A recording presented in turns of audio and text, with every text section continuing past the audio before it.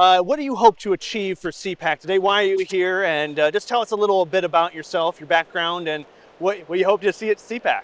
Well, number one, it's an exciting place to be here. A lot of people of common purpose. I'm a retired Navy Admiral, and today I'm here as the spokesman for Veterans for Trump. Hmm. And this was an organization that actually started on somewhat of an ad hoc basis back when he was candidate Trump, still seeking the nomination, and it's grown throughout the 16 campaign, the 20 campaign, to now we can reach about 20 million veterans. That's fantastic. And what we're doing here now, though, we've realized that there are a lot of organizations that help veterans as well as ours, but we're now trying to bring in the first responders and basically talk about we who served. And in some cases, people who still need help, particularly in transition.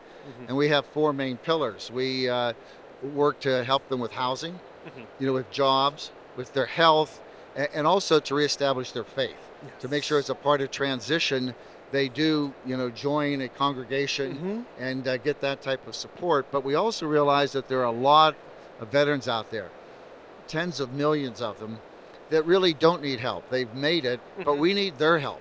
Yes. We need to be able to help them help us seize the narrative in our country. People who have fought for our country, people who have been mission focused, have a common purpose. We need to band together to stop this cancel culture.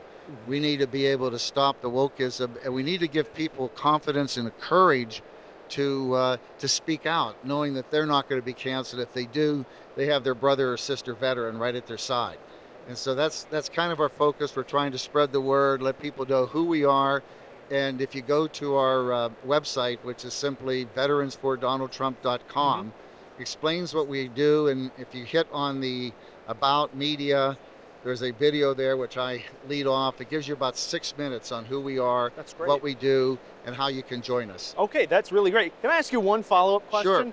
So Trump campaigned on reforming the VA. Can you tell us a little bit about what the VA was like before Trump and how it's changed after? Before, there were really two problems. One, the VA does more than just treat people. They process claims. And it was just completely bogged down if you even had to have a claim to be able to, once you left the military, to get your disability rating. And it was then also bogged down in appeals. He changed that. He streamlined it.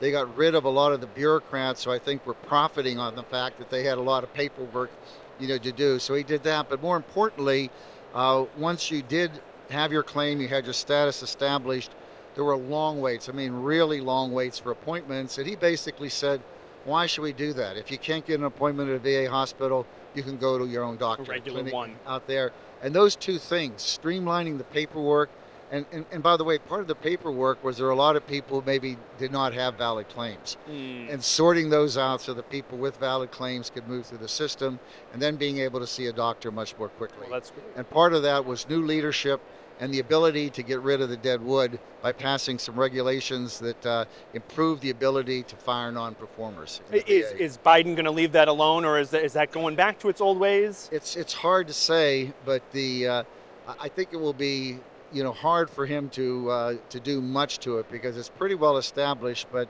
who knows? What they're doing is they are attacking every cultural organization in our country, and it won't be long before they'll start attacking the veterans and basically coming up with some spin on their own. So it's important for us to seize the narrative now, to set the narrative, and to basically counter anything that they may try to do to harm our veterans. Well, hopefully you'll be there to stand in his way, and you'll do good work. So thank you so much. Well, thank you, and for everything you do. And again, remember that the faith is a big part Amen. of veterans transitioning, because a lot of them have lost faith.